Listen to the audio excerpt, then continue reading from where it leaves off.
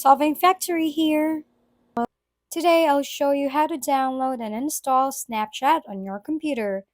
This will allow you to use it with enhanced functionality. So let's dive right in.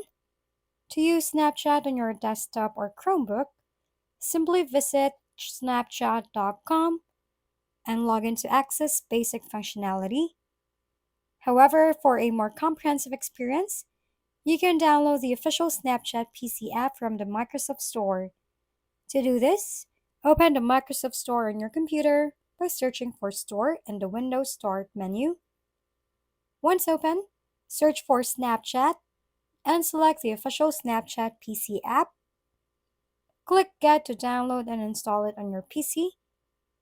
After installation, open the Snapchat app and log into your account.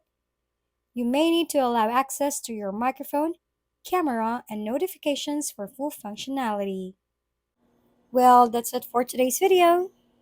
Solving Factory at your service. Kindly give us a thumbs up, hit subscribe, and leave a comment for your suggestions. We'll see you on the next video.